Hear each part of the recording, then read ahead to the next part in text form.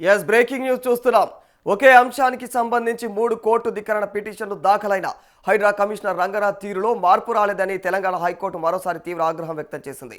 Court ధిక్కరణకు పాల్పడినటువంటి అధికారి దాఖలు చేసినటువంటి అఫిడవిట్లో కనీసం క్షమాపణ కోరకపోవడం ఆయన మొండి వైఖరిని, అహంకార ధోరణి వెల్లడిస్తోందని కూడా ఫైర్ అయింది. ఒకవేళ ఆయనపైన చర్యలను ఉపేక్షిస్తే చట్టం ముందు అందరూ సమానమే అనేటువంటి సూత్రం కనుమరుగవుతుందని, న్యాయస్థాన గౌరవ ప్రతిష్టలకు భంగం వాటిల్లుతుందని కూడా స్పష్టం చేసింది. భూ వివాదంలో మళ్లీ జోక్యం చేసుకోబోమన్నటువంటి హామీతో పాటు ఖచ్చితంగా క్షమాపణ చెప్పి తీరాల్సిందేనైతే న్యాయమూర్తి తేల్చి చెప్పారు.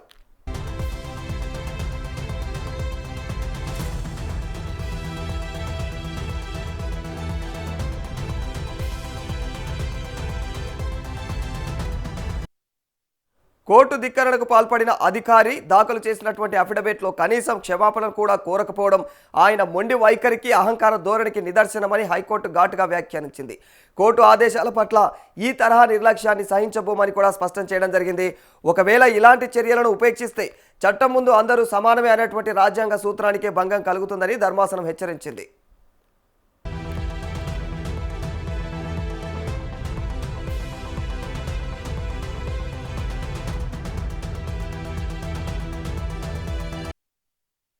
అలాగే న్యాయస్థానాల గౌరవ ప్రతిష్టలకు కూడా దెబ్బ తగులుతుందని పేర్కొంది.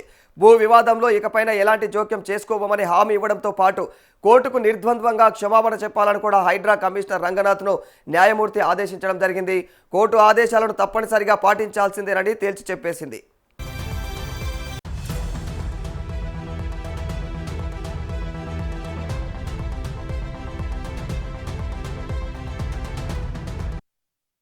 మేడ్చల్ మల్కాజ్గిరి జిల్లా మల్కాజ్గిరి మండలం లోతుకుంట గ్రామం సర్వే నెంబర్ 1-2లోని 40 ఎకరాల భూమిలో ఈ నెల 17న హైడ్రా కూల్చివేతలు చేపట్టడాన్ని సవాలు చేస్తూ Shanta Sriram construction private limited దాఖలు చేసినటువంటి కోర్టు ధిక్కరణ పిటిషన్ పైన జస్టిస్ జూకంటి అనిల్ కుమార్ శుక్రవారం విచారణను కొనసాగించారు.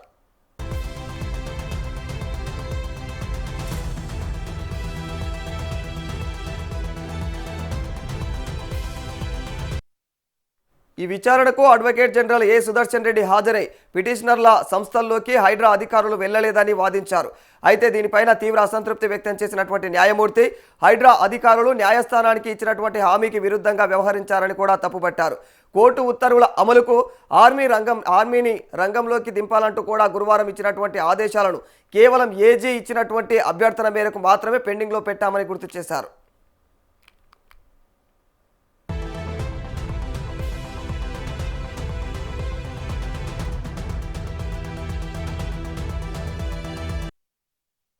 హైడ్రాకు కోర్టు ఉత్తర్వులు అంటే కనీసం మర్యాద లేదని, చట్టం ప్రకారం వ్యవహరించాలన్నటువంటి ఉద్దేశం అసలు కనిపించడం లేదని న్యాయమూర్తి మండిపడడం జరిగింది.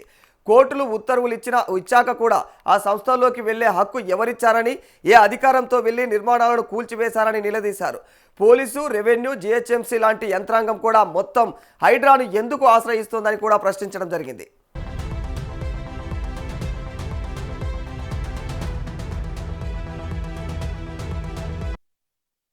ఇక ఇరిగేషన్, రెవెన్యూ చట్టాలు కోరలు లేకుండా అయిపోయాయని, కేవలం ఒక్క జీవో ద్వారా ఏర్పడినటువంటి హైడ్రాకు ఇన్ని అధికారాలు ఎక్కడి నుంచి వచ్చాయని ఆక్షేపించారు.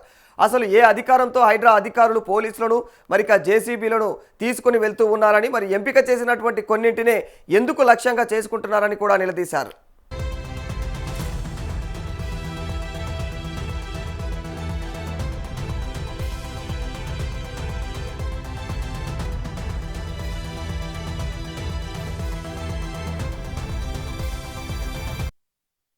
చెరువుల పరిరక్షణ మంచిదే అయినప్పటికీ హైడ్రా అధికారులు చట్టానికి ఎవరు కూడా అతీతులు కారని కోర్టు అయితే కోర్టు పరిధిలోకి లోబడి ఎవరైనా సరే పని చేయాల్సిందేనని కూడా స్పష్టం చేయడం జరిగింది. కమిషనర్ అఫిడవిట్ దాఖలు చేసినటువంటి తర్వాత తదుపరి చర్యలను కూడా పరిశీలిస్తామని పేర్కొంటూ విచారణను ఈ నెల 27కి వాయిదా వేశారు. కాగా గతంలోనూ పలు కేసుల్లో ఏవి రంగనాథ్ పైన హైకోర్టు మొట్టికాయలు వేసిన విషయం తెలిసిందే.